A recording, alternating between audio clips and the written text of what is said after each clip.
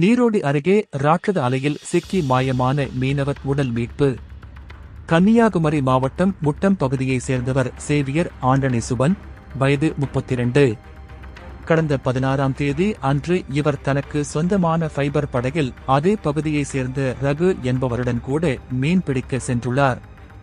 அப்போது அவர்கள் மீன் பிடித்துவிட்டு திரும்பி வந்து கொண்டிருக்கும் போது நீரோடி பகுதியில் வைத்து திடீரென கடலில் சீற்றம் ஏற்பட்டுள்ளது.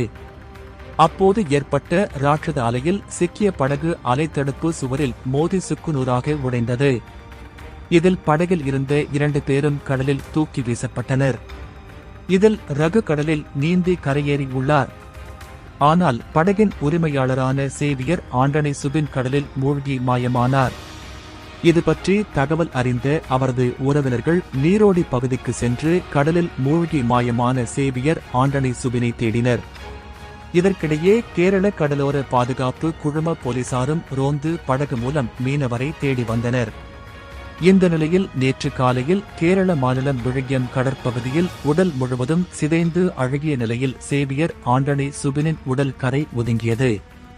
பின்னர் கேரள கடலோர பாதுகாப்பு குழும போலீசார் அவரது உடலை கைப்பற்றி பிரேத பரிசோதனைக்காக விழுப்புரம் அரசு மருத்துவமனைக்கு அனுப்பி வைத்தனர்.